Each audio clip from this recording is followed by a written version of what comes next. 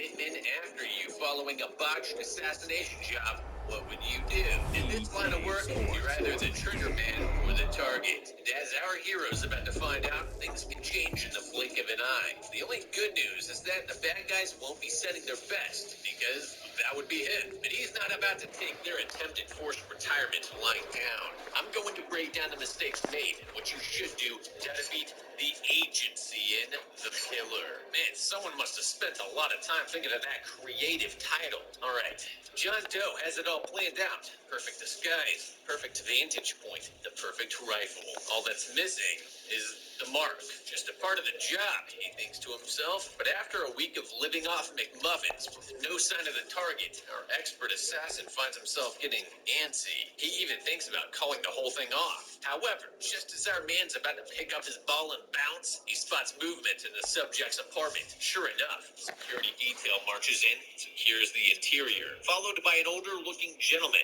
He's not alone. Seeing his opportunity, John quickly assembles his breakdown bolty and lines up a shot. At this range, the subsonic round will hit with the energy of a handgun. That should still be plenty, so long as he can put it in just the right spot. Simple.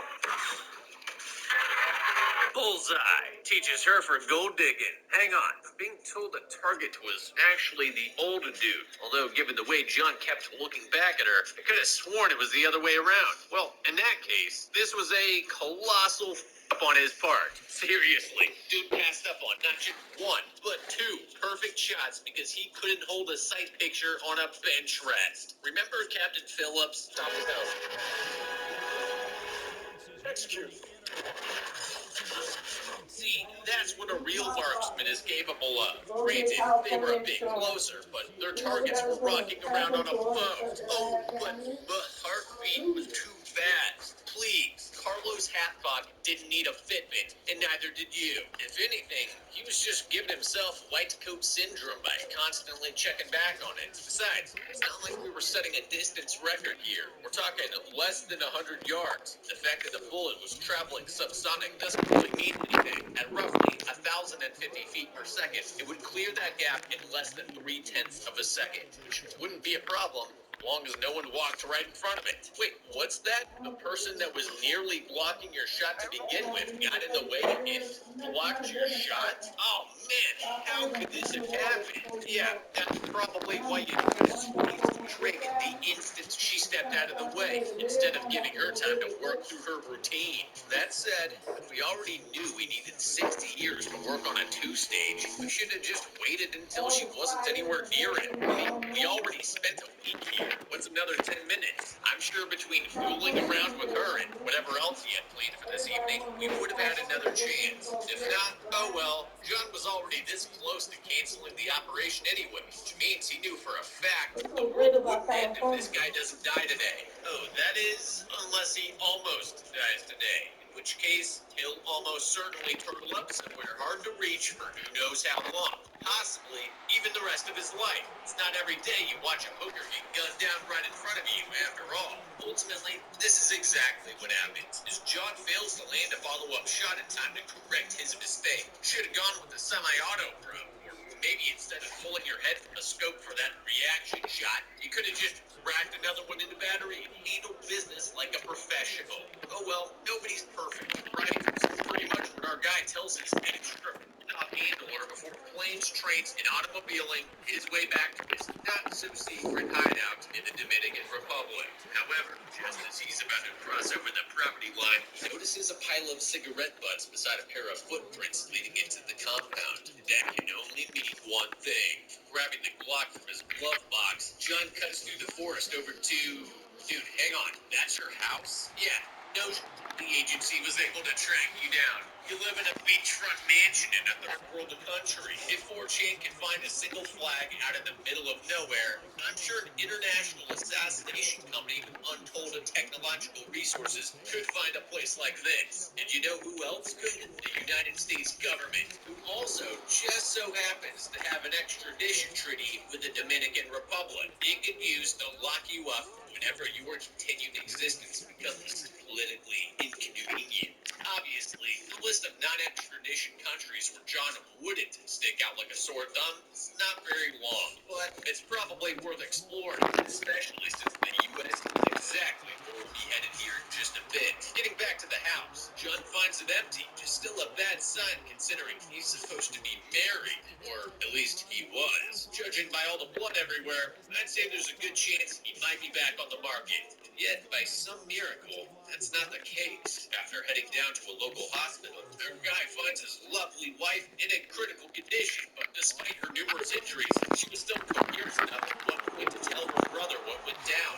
According to his retelling of the incident, there was two intruders, a man and a woman, and it was clear that they were not here to rob the place. Evidently, the pair attempted to interrogate her for information about her husband, but the conversation was cut short after she managed to stab the male attacker in the leg and flee into the forest. Yeah, seems a little too easy if you ask me. Like, I'm sure they didn't intend for one of them to get stabbed. Think about it. You're hunting a human chameleon with the means and the know-how to effectively vanish off the face of the earth at a moment's notice. Instead of actively hunting him down only to be constantly one step behind, why not put his boo thing in the hospital to try and draw him out into the open? That's what I would do anyway. As a matter of fact, I'm surprised he even showed up here, given what an obvious play that is. I mean, this place can't even keep the lights on, for Christ's sake. It's not like they can afford a security detail. At the very least, you'd think he'd wait until she was transferred to the private hospital the doctor mentioned before coming to see her. And even then, sorry babe,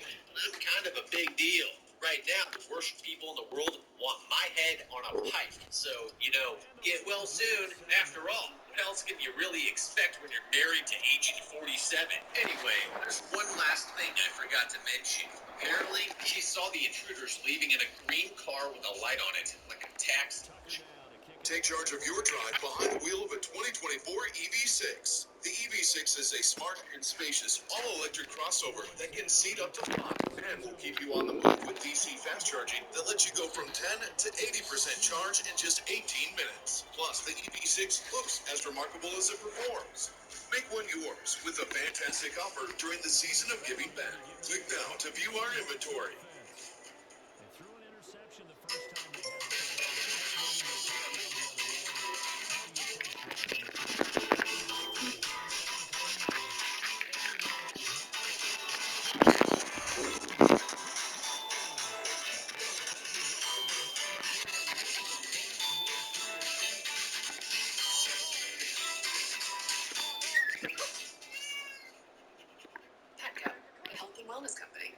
As it turns out, that's exactly what it was. That's right. The highly trained international assassins took a cab to the place where they intended to murder somebody. This, of course, is going to come back to haunt everyone involved in a major way, starting with the taxi driver himself.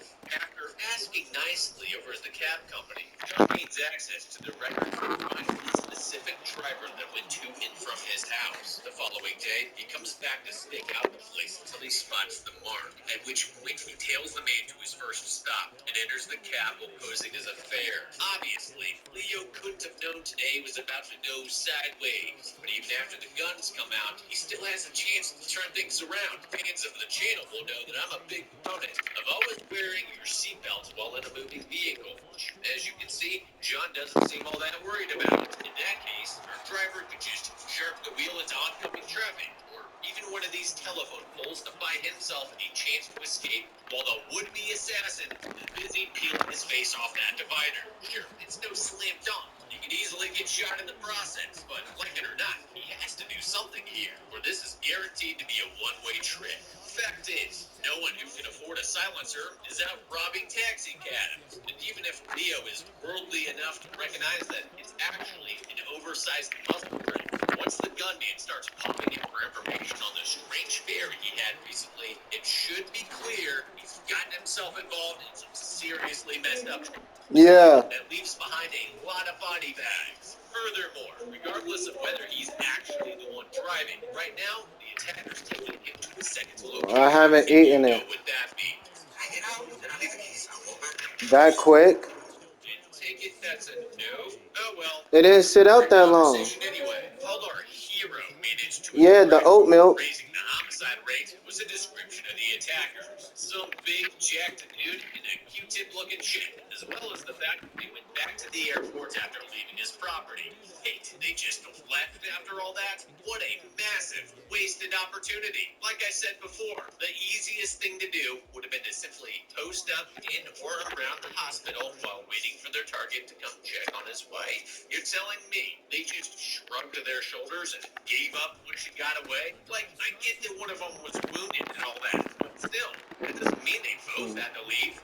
It would even be better for OPSEC purposes if they came and went separately. Well, whatever. The important thing is that we have a degree of confirmation it was really just the two of them, and that they seemingly fled the country when it was all over. Although, I'd still be looking over my shoulder until I knew that for sure. In any case, John's next move is to hop onto a plane to New Orleans, where he makes a stop at one of his tactical storage units before heading into the city to meet with an old friend. Piggybacking off a FedEx driver, he gains access to the office of one Professor Hodges, which just goes to show you that no amount of passive security will save you. There's no one around to actively enforce it. All Hodges had to do was hire a single no-neck security guard to stand by the door, and John's social engineering attempt would have fallen flat on its face. Also, side note, it wasn't until I watched through this again that I realized it was actually John who sent this particular package while still in the Dominican Republic. Gotta say, that's pretty clever. Not only did this guarantee there would be a delivery, tracking info would let you know roughly when to expect it. All you contract killers out there, take note. Ultimately, John's little ruse catches Hodges completely off guard, which is pretty crazy once you realize this guy's the one who's been managing his particular set of skills, as well as that not-so-dynamic duo sent to rub him out for blowing the last job. In that case, he would have to have known that John was still alive, and likely very off. So I gotta wonder why he didn't think to beef up his security measures beyond a pair of locking glass doors in anticipation of a meeting just like this one. At the very least, he should have brought on a personal assistant that could handle the firearm. Right here, while John almost has his back turned, as long as Dolores had a sub-2-second draw to first shot to the standard benchmark for concealed carriers in the United States, there's no possible way John could react in time to stop her from blowing his brains out. Doesn't matter how good you are. You can't beat biology. Of course, once he has her tie them both up, it's pretty much game over. Which is why I honestly can't believe Hodge would allow it to happen. I mean, the guy movies called it The Killer. Say, you think he came by for an apology? Well, either way, Hodges doesn't offer one. He pretty much says something to the effect of, no offense, but with all due respect, it's nothing personal. Along with a few other disingenuous platitudes people really love to hear when you a Science and Kirk success story. This is Jay. He can fix just about anything. I'm a general contractor. I do all kinds of projects. But an accident tore his life apart. My whole world was just turned upside down. He was in pain, couldn't work, and on the verge of losing business. So he called Science and Kirk. That was the smartest call I ever made. He got me a settlement. And Call Science and Cook at 1-800-LAWYER. Fuck. You have a phone, you have a lawyer. Put him over. Naturally, this has a profound effect on John. It convinces him to reevaluate his homicidal intentions. no drugs. No disposable. In terms of information, the only thing John learned from their conversation before letting the air in is that it was the angry client from the last job who ordered the hit. Fortunately, Hodges wasn't the only one running this operation. All Dolores asks in exchange for access to Hodges' old Rolodex is that she doesn't get disappeared, so her family can cash in on her life insurance. Okay, at any rate, Spear loads Hodges into the recycling bin and heads for the elevator, where Dolores passes up on a prime opportunity to self-rescue, or at least attempt it anyway. Here we see John wedging himself into the back corner behind the can while Dolores' path to the door is unobstructed. Seeing this, once the elevator stopped to allow the other two passengers on board, I would have bolted for the opening just as the doors were about to close, while calling him a murderer. At that point, John would have to either blow his cover by drawing his gun, or chasing us down, or play it off like we're crazy, and then vanish for a while. My bet's on the latter, as he'd otherwise have to waste these two corpos as well. That drew quite a bit of unwanted attention onto his little revenge quest. At minimum, I'd expect her to try mouthing "help me" to one of the other passengers or something. Seriously, why would you not risk How did your he own life to save smell your his own face the life, opposite way? especially when you know it's Kurt's? The second you enter this guy's van, for her body to be found, earning herself a public execution by fighting back in front of others, will almost certainly accomplish that. Ultimately, Dolores holds up her end of the bargain, takes John back to her house to find the info, after which he holds up his end. What a nice guy. Now armed with the assassin's contact info, John road trips over to Tampa to visit the hit squad's male half. Here we find the brute, henceforth known as Florida Man, just as he and his buddies are heading out to the local casino/gentleman's club Oh to my lose all their goodness, cash as yo. quickly as possible. Like For real what? though, I don't You were think you right can there. earn money as Man, you quickly as you can spend it in a place like this. After what I can only imagine was about 25 minutes, the gang emerges from the club and heads back to Florida Man's house to drop him off for the night, thereby lending our guy the perfect opportunity to strike, or so he thinks. Whatever the case, John begins his assault by incapacitating the target's pistol with a Ziegler-laced hamburger, which is exactly what someone will do if they're determined to break in, only they'll probably use antifreeze. Not saying your guard dog is useless by any means, but you should probably supplement your home security with a quality alarm system if you can afford it. Florida Man most certainly can. Too bad he still doesn't lock his front door. That's right, the international assassin just recently botched an assassination attempt on another international assassin doesn't lock his doors at night. Then again, maybe he was hoping for a surprise visit. I guess it figures this couldn't be easy. Still, John's lucky Florida Man was not armed right there. But, like, why not? Once again, you just got home from brutally torturing the wife of somebody who kills people for a living. I'd have a gun waiting in every room for this exact scenario. I mean, they already do, but, bigger ones. And even if Hodges didn't bother mentioning John's occupation, which would have been incredibly stupid on his part if that were true, Florida Man should have at least been aware of the fact that failing an assassination attempt could very well make him a target himself, in which case he shouldn't even be here right now. But alas, here we are. And after a long and over-the-top Punisher-esque fighting scene,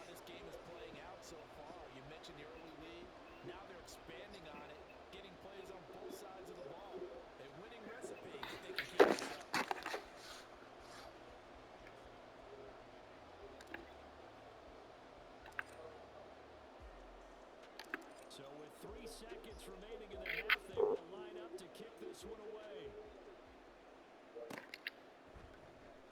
Dallas now to return it from his end zone. And the decision to bring it out, not a good one, as he's tackled at the 15.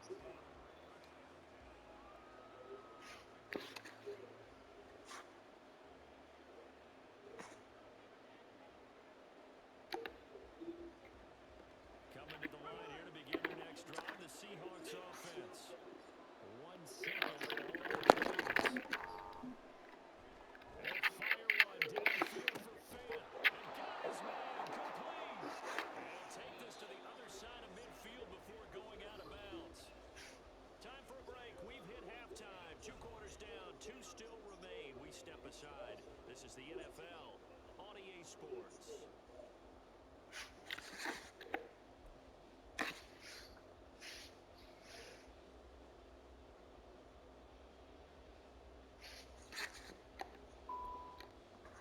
Welcome back. Halftime over. We are ready for quarter number 3. Alongside Charles Davis, I'm Brian Gordon.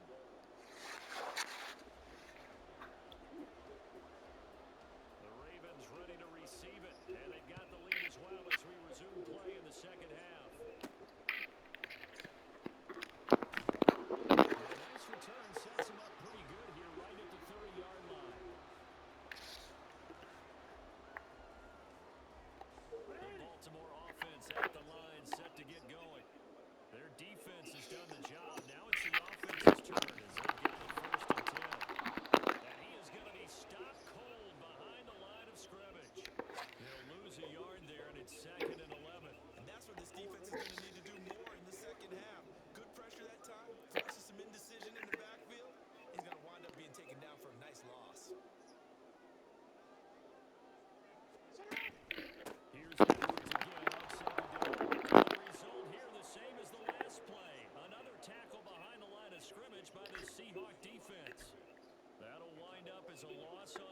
so now they're staring at a 3rd down and 12.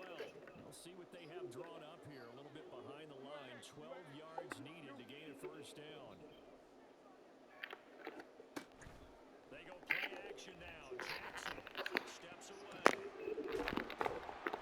And we'll get to the 29-yard line, brought down there.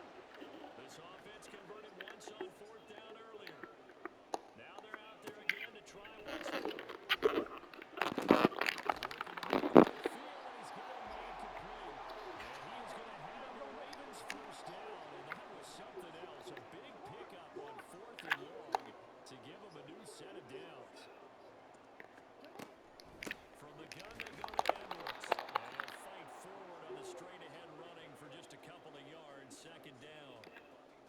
Defensively, we always know that he is tough in run support, and I think the way that he gets there is he understands what an offense is going to do before the ball's even snapped. A great job of scouting prior to the game, then reading, reacting, and taking the right path to the ball carrier. It'll be a gain of 5, but still about 3 yards shy of the 1st down marker, and now it's 3rd down.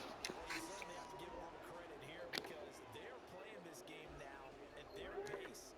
This is ball control football, sustained runs, taking their time, and making it work.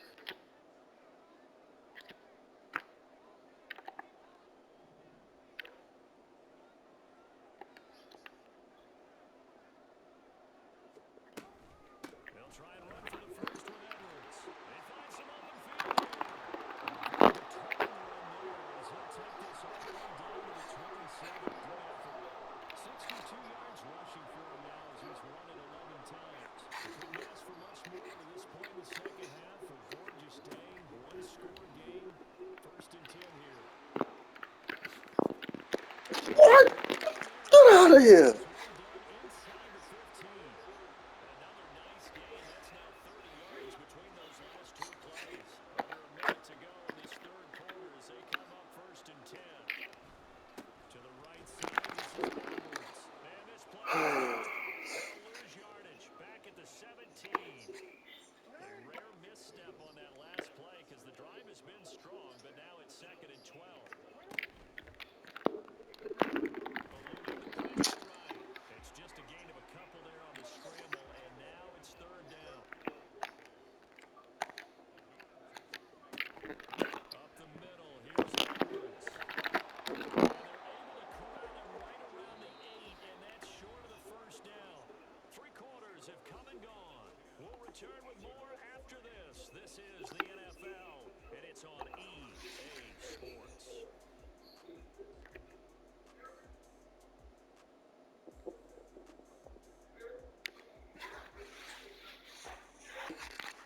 And here's a big one now. Trying to hold this lead. They're going to go for it here on 4th down.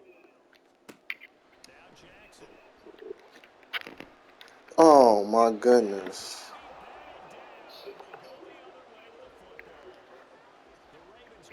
Niggas. And this long drive is going to wind up yielding nothing. Here's the Seattle offense ready to get this drive underway. And can they take advantage? Their defense got the 4th down stop, and now they're hoping to find the end zone. A field goal wouldn't be enough to erase this 4-yard deficit. 2 yards on the carry there. It'll be 2nd down. Typically, we think it's the strong safeties that are better tacklers, especially closer to the line of scrimmage amidst traffic. But in this case, how about the free safety coming up and making a big-time play? Setting up the screen. This is Walker. Good stiff arm there before he's brought down, and a nice little gain. Looking to speed things up here, going with some tempo. They'll fake it. Now Smith. He's got his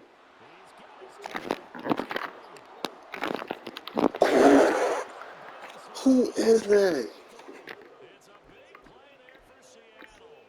55 Sheesh. That was a pretty good time for his first That boy catch. got caught. Turned into a huge play as well.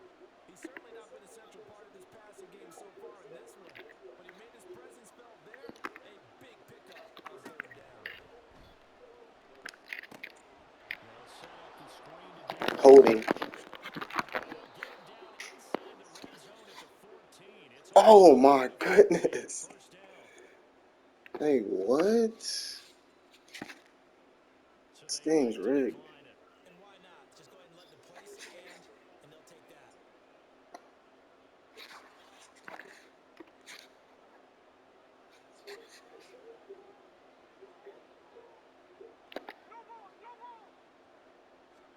From the red zone now, Smith. Thank you. Gone. Intercepted for the third time thus far. Picked off by Arthur Miller. Let's go.